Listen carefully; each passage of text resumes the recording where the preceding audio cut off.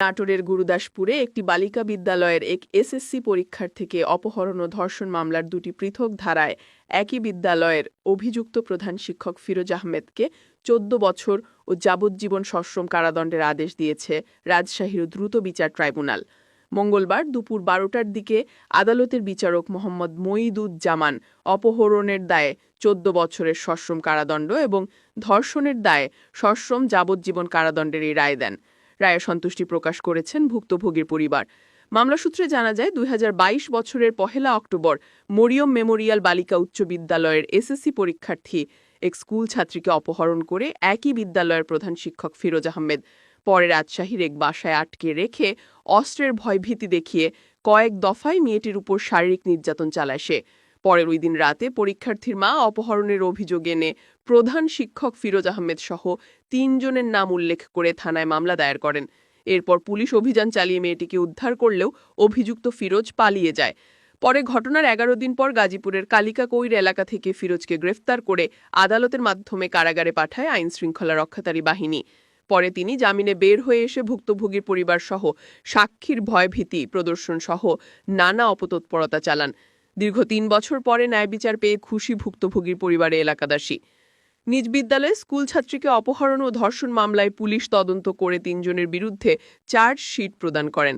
Charge গঠনের সময় বিচারক দুজনকে অব্যাহতি দিয়ে একমাত্র আসামি হিসেবে ফিরোজের বিচার কাজ শুরু করেন। পরে তথ্য উপাত্ত বিশ্লেষণ, সাক্ষ্য গ্রহণ ও যুক্তিতর্ক উপস্থাপন শেষে মঙ্গলবার রায় ঘোষণা করেন। রায় ঘোষণার সময় আসামি আদালতে উপস্থিত ছিলেন। পরে তাকে কারাগারে নেওয়া হয়। এই রায়ে ন্যায় বিচার প্রতিষ্ঠিত হয়েছে। বাদী পক্ষ সন্তুষ্টি প্রকাশ করেছেন বলে জানান রাজশাহীর দ্রুত বিচার ট্রাইব্যুনাল আদালতের রাষ্ট্রপক্ষের আইনজীবী পাবলিক প্রসিকিউটর বা পিপি মুন্সি আবুল কালাম আজাদ। আসামিদের পরিবারের সদস্যরা জানান তারা এই রায়ের বিরুদ্ধে উচ্চ আদালতে আপিল করবেন।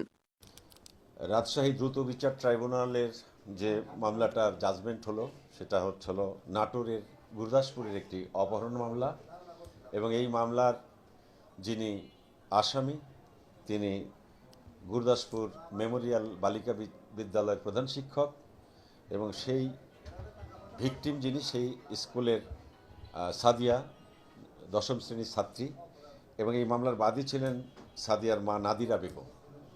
এই মামলাটা ঘটনা ১-১০-২০২২ এবং দায়ের হয় ২-১০-২০২২ তারিখ এবং মামলার যে বর্ণনা সেটা হলো যে এই ভিকটিমকে নিয়ে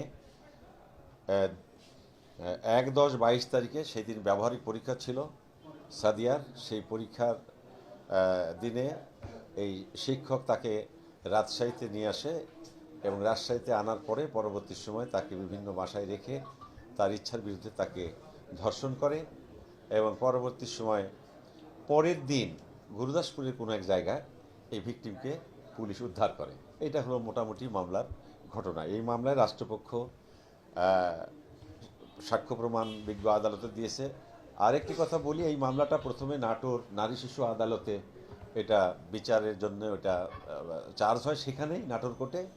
পরবর্তী সময় মন্ত্রণালয়ের স্বরাষ্ট্র মন্ত্রণালয়ের গেজেট হয়ে দ্রুত বিচারের নিষ্পত্তির জন্য আমার এই রাজশাহীর কোর্টে আসে এবং বাদীপক্ষের সাক্ষ্য প্রমাণ এবং সমস্ত কিছু শেষে আজকে ১১ তারিখ এই মামলার জাজমেন্ট হলো। আর এই মামলার সিএস দাখিল হয়েছে আপনার গত